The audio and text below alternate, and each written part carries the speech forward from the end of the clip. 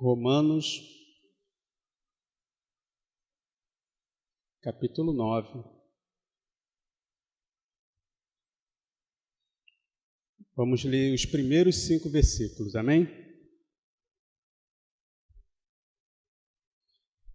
Em Cristo, digo a verdade, não minto, dando-me testemunho a minha consciência no Espírito Santo, que tenho grande tristeza e contínua dor no meu coração, porque eu mesmo poderia desejar ser anátema de Cristo por amor de meus irmãos, que são meus parentes segundo a carne, que são israelitas, dos quais é a adoção de filhos, é a glória, é as alianças, é a lei, o culto e as promessas, dos quais são os pais e dos quais é Cristo segundo a carne, o qual é sobre todos, Deus bendito eternamente.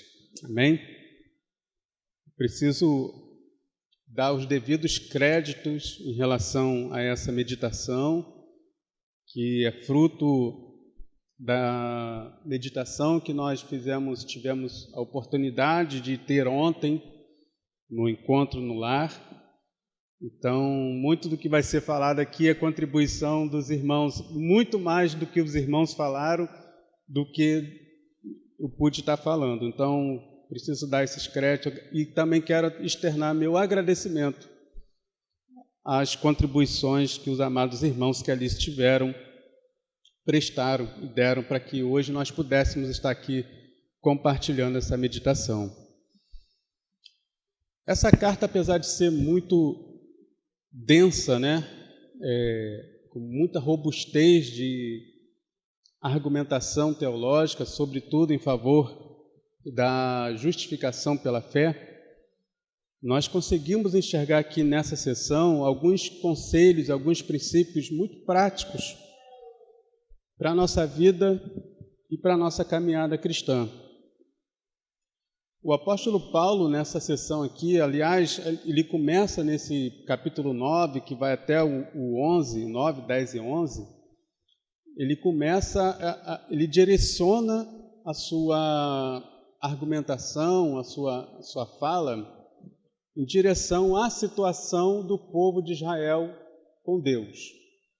Então, no capítulo 9, por exemplo, ele vai falar da questão da escolha de Israel por Deus, isso se referindo ao passado. No capítulo 10, por exemplo, ele vai enfatizar a situação da rejeição de Israel naquele momento presente. E no capítulo 11, ele vai ressaltar a situação futura de Israel, a restauração de Israel. Então, nesse capítulo 9 aqui, não é que ele tenha dado, por exemplo, não é que ele tenha feito uma digressão do que ele estava falando até o capítulo 8. Na verdade, ele vai reforçar o que ele já vinha falando, o que ele já vinha argumentando, repito, sobretudo a respeito da justificação pela fé. Porém, a gente não vai atentar para essas questões teológicas. Nós vamos pensar nesses primeiros versículos aqui de algumas questões muito práticas que a gente pôde ontem enxergar nessa leitura aqui. Então, eu queria começar vendo com vocês, aqui no verso 1, quando o apóstolo Paulo ele fala: em Cristo vos digo a verdade, não minto, dando-me testemunho a minha consciência e no Espírito Santo. O apóstolo Paulo, nessa sessão aqui, nessa palavra aqui, que ele está introduzindo um assunto que ele vai tratar com os judeus, ele está dizendo o seguinte: olha, em Cristo digo a verdade. Ele está dizendo que o que ele vai falar é de uma seriedade, é de uma profundidade, que ele precisa falar: olha só, o que eu estou falando para vocês aqui é algo muito sério, eu estou falando isso diante de Cristo. Estou falando isso diante de Deus. Estou falando isso não como quem joga conversa fora, não como quem joga palavras ao ar. Ele está falando diante de Deus, diante de Cristo. Olha, Cristo está me contemplando. Eu estou falando isso aqui diante da maior testemunha e principal testemunha, aquele que contempla todas as coisas. E quando ele fala, digo a verdade, não minto, isso me chama a atenção, meus irmãos, para um fator que é muito sério na nossa caminhada. Muito sério. A vida cristã, a caminhada com Cristo, ela está fundada, ela está pautada, enraizada na verdade. Não existe vida cristã, não existe discípulo de Cristo, não existe caminhada com Cristo, não existe igreja se não estiver fundado, se não estiver pautado pela verdade.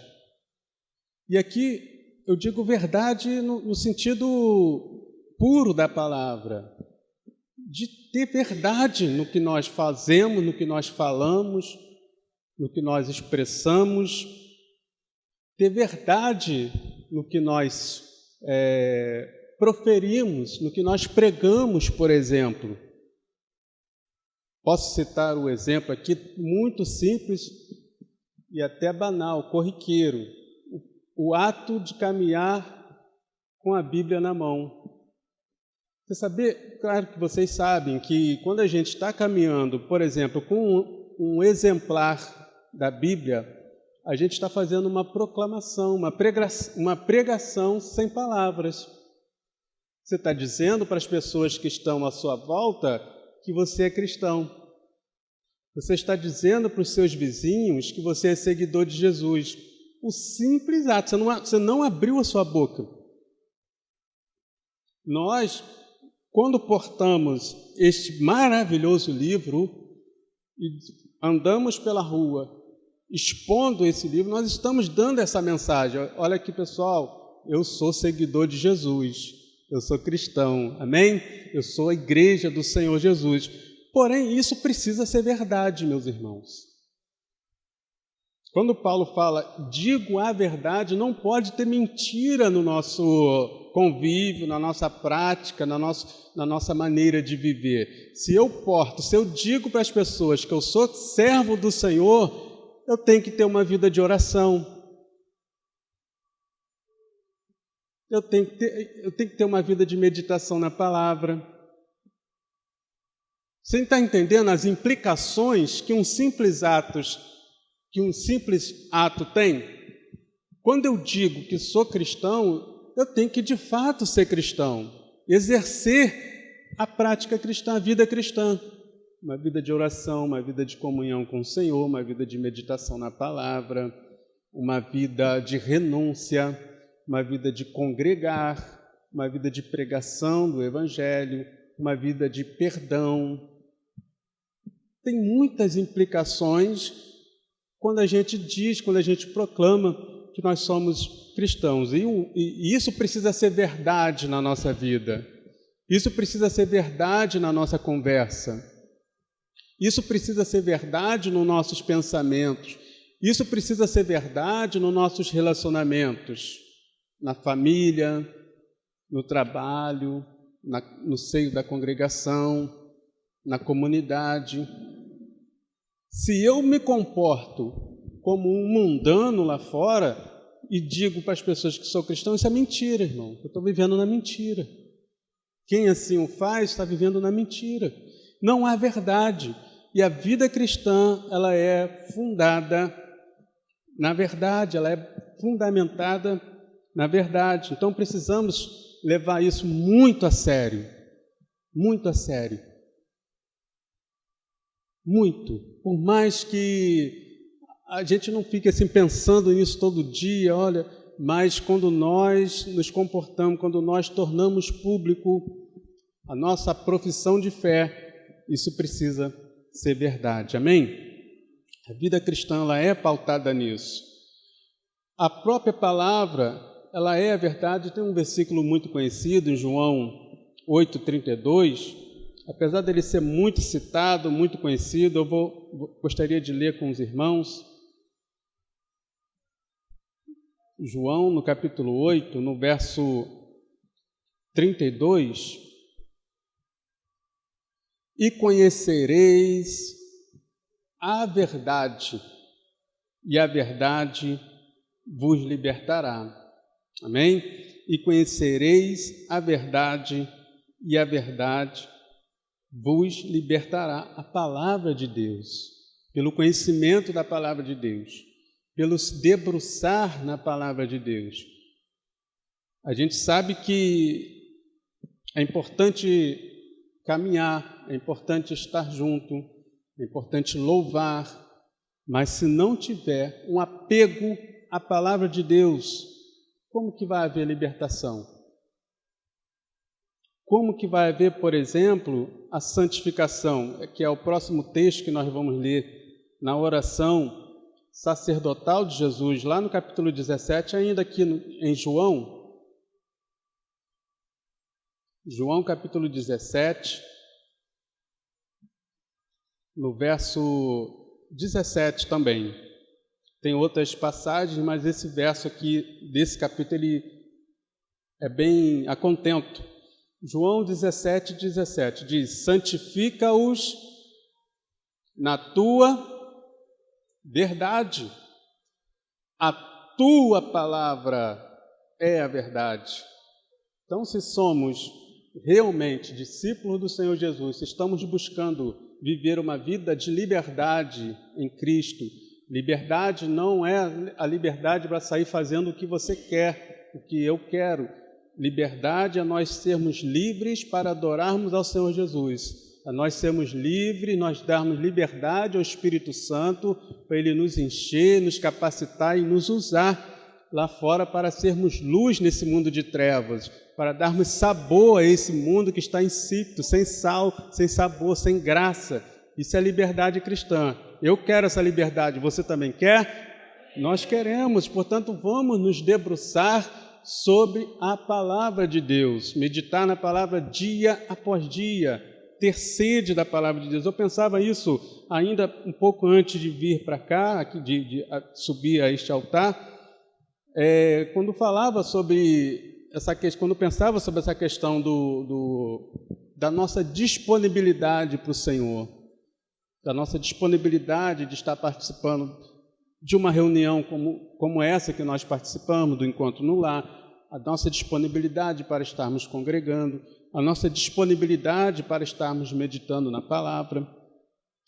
Nós não temos mais nada, irmãos, nesse mundo. Mais nada, esse mundo está falido. Está falido. Então vamos nos dedicar à palavra de Deus. Vamos nos dedicar à oração. Vamos nos dedicar a uma vida de comunhão com o Senhor. E enquanto o Senhor nos permitir que peregrinemos sobre esse mundo caído, sobre esse mundo em trevas, vamos ser luz. Amém? Vamos ser influência. Vamos ser uma oportunidade do Senhor trazer transformação para esse mundo. Porque a palavra de Deus nos liberta, a palavra de Deus nos santifica. A verdade. Se nós somos cristãos, servos do Senhor, discípulos do Senhor, precisamos estar fundados nessa verdade, a palavra de Deus. Precisamos também, irmãos, estar fundados e fundamentados na verdade, primeiro porque é a palavra de Deus, e lógico, porque o próprio Cristo é a verdade. João, aqui ainda, a gente vai observar muitos textos aqui de João. Volta um pouquinho no capítulo 14, no verso 6, um texto também conhecidíssimo.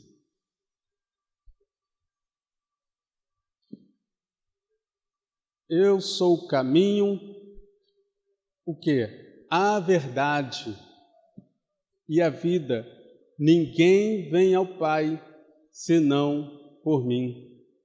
Uma primeira conclusão que a gente pode chegar já nesse primeiro texto, antes de ler mais alguns textos falando sobre essa questão de Jesus ser a verdade, é que se nós não estivermos na verdade, preste atenção, uma palavrinha uma frase muito curta, mas muito forte para mim. Se nós não estivermos na verdade, não estamos em Cristo. Cristo é a verdade. Amém? Cristo é a verdade. Se não há verdade nas minhas palavras, nas nossas palavras, se não há verdade no que nós fazemos, no que nós falamos, no que nós procedemos, não estamos em Cristo. Cristo é a verdade. O apóstolo Paulo vai dizer que quem está em Cristo é uma nova criatura. As coisas velhas se passaram, a mentira ficou para trás, o proceder, o engano ficou para trás, o dolo ficou para trás. Amém? Estamos em Cristo. Cristo é a verdade. Eu sou o caminho, a verdade e a vida. Volta um pouquinho nesse livro ainda, no Evangelho de João, no capítulo 1, no verso 14. Também vai dar uma importante declaração a respeito de Cristo ser a verdade. E o Verbo se fez carne e habitou entre nós, e vimos a sua glória como a glória do unigênito do Pai, cheio de graça e de verdade. Avança um pouquinho ainda nesse capítulo 1, no verso 17, porque a lei foi dada por Moisés, a graça e a verdade vieram por Jesus Cristo. Vamos lá para o capítulo 5 ainda desse Evangelho, capítulo 5, no verso 33.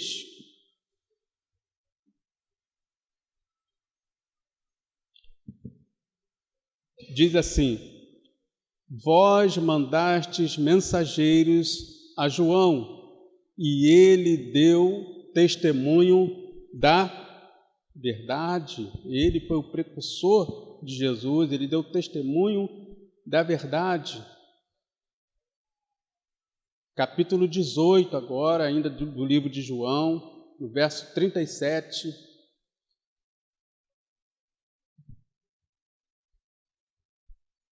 Disse-lhe, pois, Pilatos: logo tu és rei? Ao passo que Jesus respondeu: tu dizes que eu sou rei.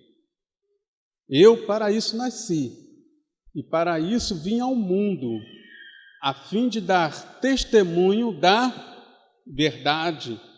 Todo aquele que é da verdade ouve a minha voz. Todo aquele que é da verdade ouve a voz do Senhor. Amém? A importância de nós perseverarmos, estarmos na verdade. Todo aquele que é da verdade ouve a voz do Senhor. Ouvir é muito mais do que escutar. Ouvir a gente assentar no nosso coração o que nos está sendo transmitido. Assentar no nosso coração com a disposição de obedecer, com a disposição de seguir o que Ele está falando, com a disposição de seguir os seus passos. Isso é ouvir o Senhor. Será que nós, de fato, temos dado ouvido ao Senhor? Quem é da verdade, ouve ao Senhor. Assenta no seu coração o firme propósito de obedecer ao Senhor Jesus. Vamos lá para o capítulo 8 de João, desse mesmo livro, João capítulo 8, verso 40.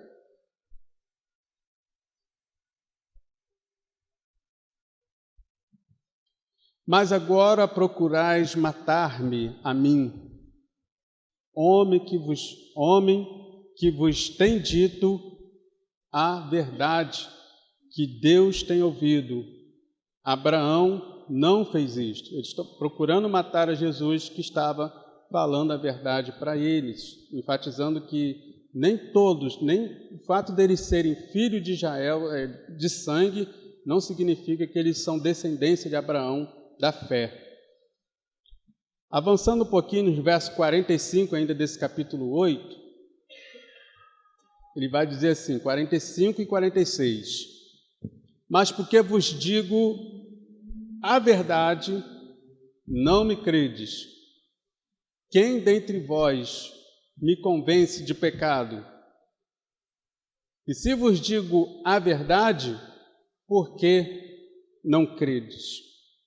Portanto, meus amados irmãos, é fundamental, se nós estamos em Cristo, se nós dizemos que somos de Cristo, discípulos de Cristo, é imprescindível que andemos na verdade. Amém? Que Cristo é a verdade.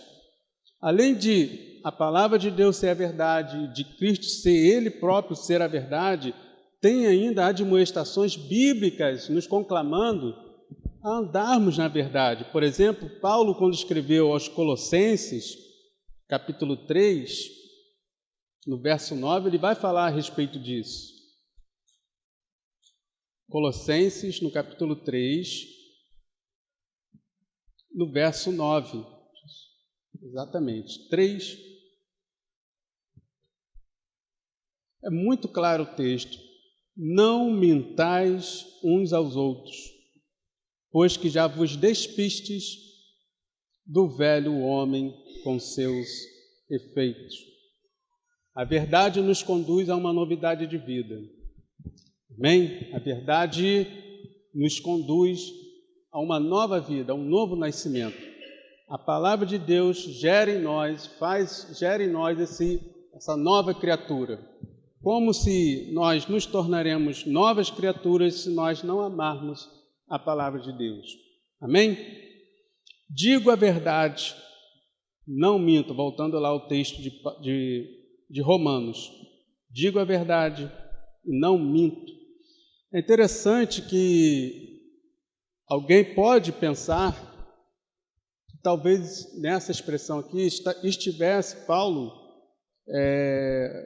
insinuando ou até mesmo afirmando que ele estaria fazendo um juramento. Longe disso, longe disso.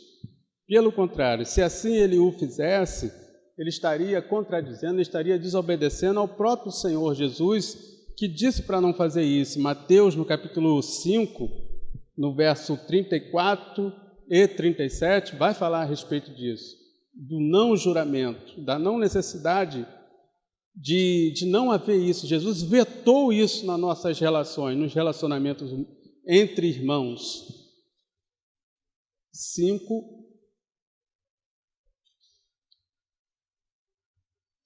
verso 34. Eu, porém, vos digo que de maneira nenhuma jureis, nem pelo céu, porque é o trono de Deus, nem pela terra, porque é os cabelos de seus pés, nem por Jerusalém, porque é a cidade do grande rei, nem jurarás pela tua cabeça, porque não podes tornar um cabelo branco ou preto. Seja, porém, o vosso falar sim e sim, não, não, porque o que passa disso é procedente do mal. Isso não deve acontecer, meus amados irmãos, nem mesmo em brincadeira. Essas brincadeiras de mau gosto, mentirinha, peguei, que isso, irmãos? Isso não é brincadeira de crente, não. Não é brincadeira de discípulo do Senhor Jesus, não. A palavra do cristão, até nas brincadeiras, tem que ser verdade. Até porque, já viu aquele caso da pessoa que fica brincando, que está se afogando, que está tendo algum problema, e quando acontece de verdade as pessoas não acreditam e a pessoa acaba acontecendo o pior? São tipos de situações, de brincadeiras que não se devem ocorrer. Entre nós, entretanto, nem em brincadeira isso deve acontecer. Assim sim, não, não. Se não dá, fala que não dá. Se não pode, diz que não pode. Não tem esse negócio de, irmão, eu pensei, eu estava brincando. Então a palavra do cristão é assim, sim, não, não. Nós andamos na verdade, irmão. Não tenha medo de falar, receio de falar a verdade. Se for uma verdade mais contundente, mais incisiva, ora ao Senhor, peça sabedoria, mas que seja dita a verdade. Você não pode dizer que uma coisa que está ruim e uma coisa que está boa, você está vendo que que não está bom? Então, ora ao Senhor, peça a Deus sabedoria, Senhor, me ajuda, mas eu preciso falar o que está acontecendo. Em nome de Jesus. Assim sim, e não. Então, Paulo não estava fazendo um juramento aqui, de forma alguma. De forma alguma. Ele estava dizendo antes, era uma ênfase da seriedade, da profundidade que ele viria a tratar nos versículos a seguir. Paulo tinha plena consciência de que estava na presença de Cristo, que ele estava em Cristo.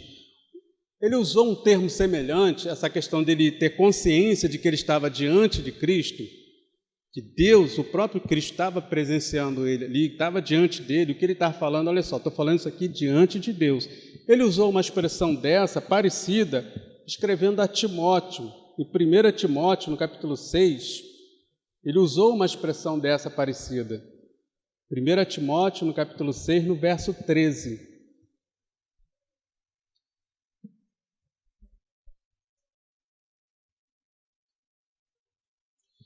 E além disto, aprendem também a andar. Estou lendo no capítulo 5, espera aí, agora sim. Mando-te diante de Deus, que todas as coisas vivifica, e de Cristo Jesus, que diante de Pôncio Pilato deu testemunho de boa confissão. Aí ele vai seguir, né? Que guardes este mandamento sem mácula e repreensão até a aparição de nosso Senhor Jesus Cristo. Mas veja que ele usa ele faz a mesma referência. Mando-te, olha, diante de Deus e também diante de Cristo. Então era isso que Paulo estava fazendo, enfatizando, quando ele disse, digo a verdade em Cristo, digo a verdade em Deus, digo a verdade, estou diante de Deus, o Senhor tem nos contemplado, o Senhor tem visto tudo aquilo que nós falamos, tudo aquilo que nós pensamos, tudo aquilo que nós procedemos.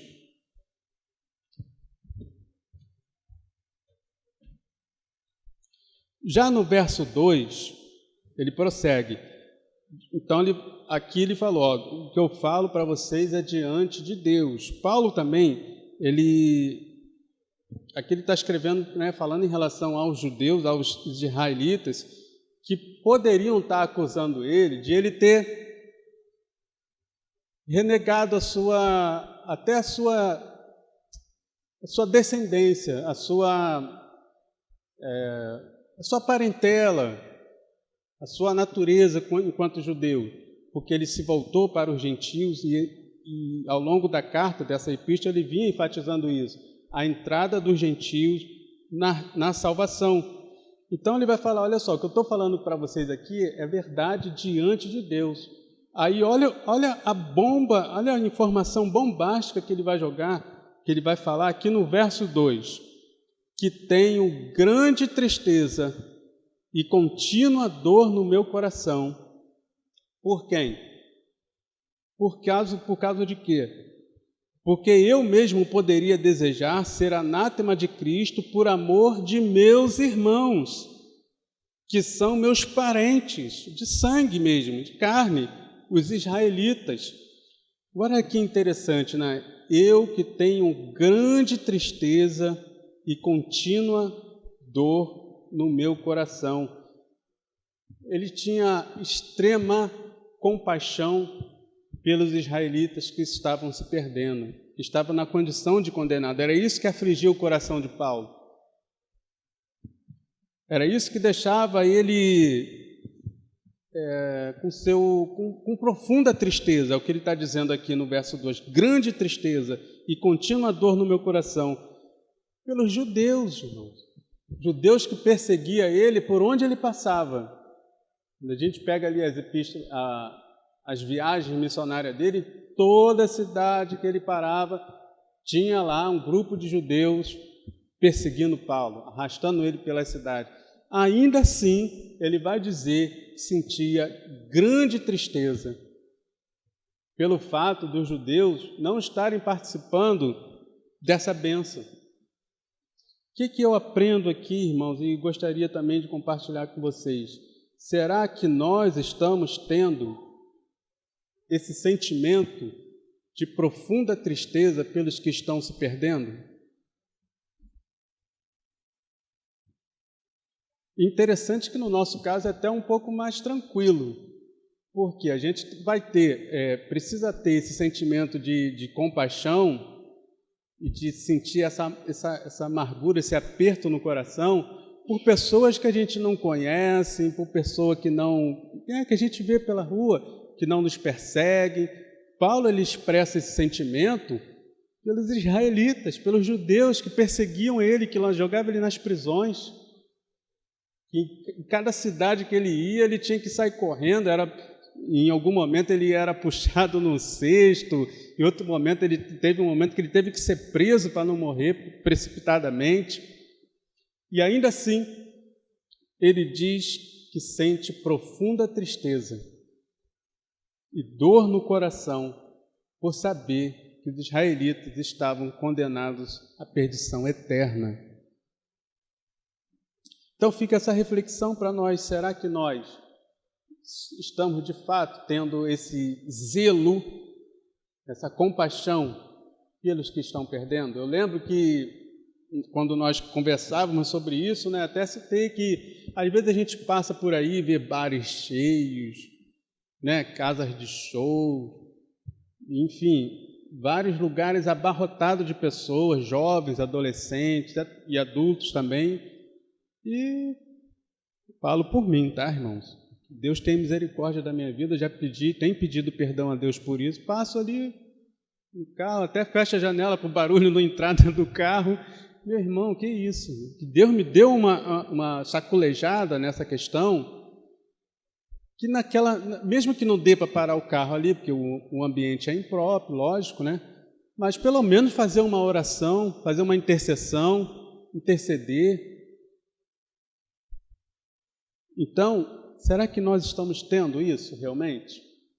E isso está linkado, isso está conectado com o tópico que nós defendemos acima, de andar na verdade. Se nós somos de Cristo, se nós estamos em Cristo, Cristo tinha compaixão pelos perdidos. Até mesmo na questão mais básica de alimentação. Lembro que teve um momento que as multidões estavam seguindo, não tinha carro, não tinha meio de transporte, eles andavam mesmo a pé.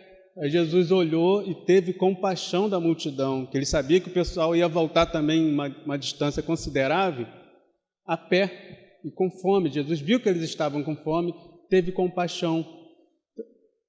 Será que nós estamos realmente tendo esse sentimento de tristeza? Ou nós estamos anestesiados com relação à situação dos perdidos? Isso no nosso contexto local, no nosso contexto a nível de cidade, no nosso contexto a nível de nação, no nosso contexto também a nível de mundo. Nós tivemos aqui há pouco tempo a semana da igreja perseguida, lembram? Foi uma bênção, foi um momento de impacto. E lembro que teve um testemunho de um senhor, eu não lembro agora os detalhes do testemunho, mas eu sei que ele perdoou os seus algozes ali, pessoas que estavam para matá-lo, matando sua família.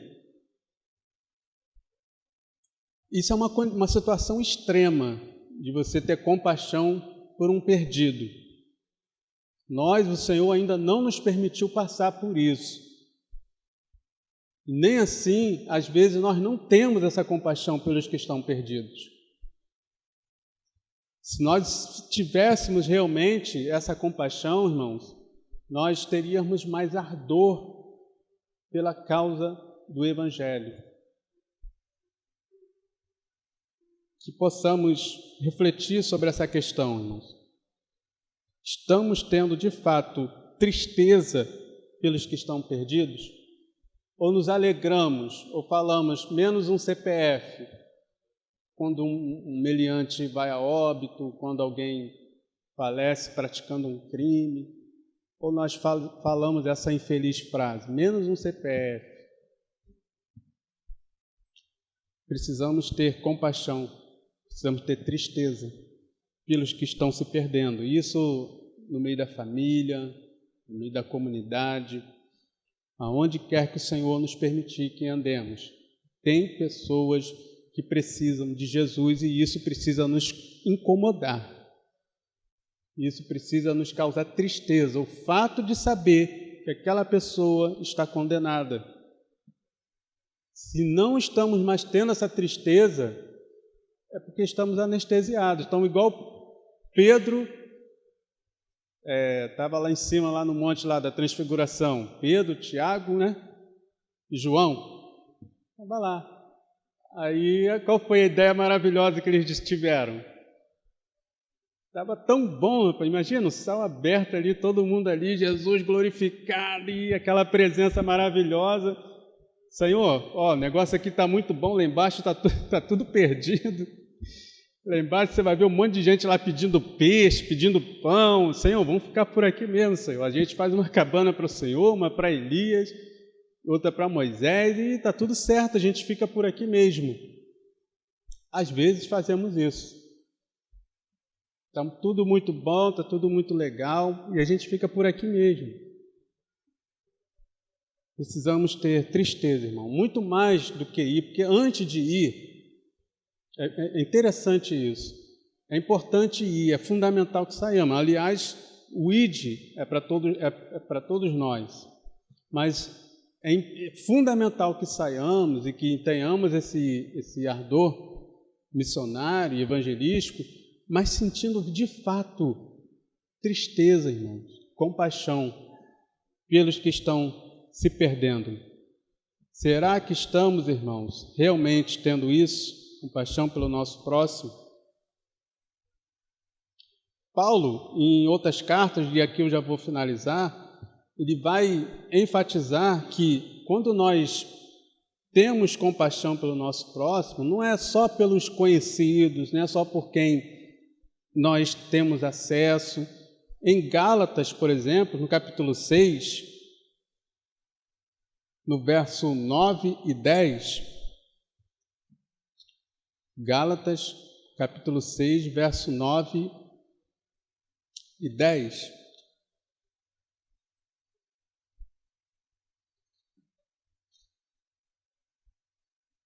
E não nos cansemos de fazer o bem, porque a seu tempo ceifaremos, se não houvermos desfalecido. No 10. Então, enquanto temos tempo, façamos o bem a todos, mas principalmente aos domésticos da fé. É importante isso, irmãos. A compaixão e a própria propagação do Evangelho, ela passa por esse prisma. Passa por esse prisma de fazer o bem. O maior bem que nós podemos fazer a alguém é apresentar a Cristo para ele. Amém? Então que venhamos, em nome do Senhor Jesus, refletir sobre essas palavras. Será que nós estamos de fato, na verdade? Cristo é verdade, a palavra de Deus é verdade. E se nós estamos na verdade, se nós vivemos a verdade, nós vamos ter compaixão por aqueles que estão se perdendo, amém? E por todos que estão à nossa volta. Vamos orar?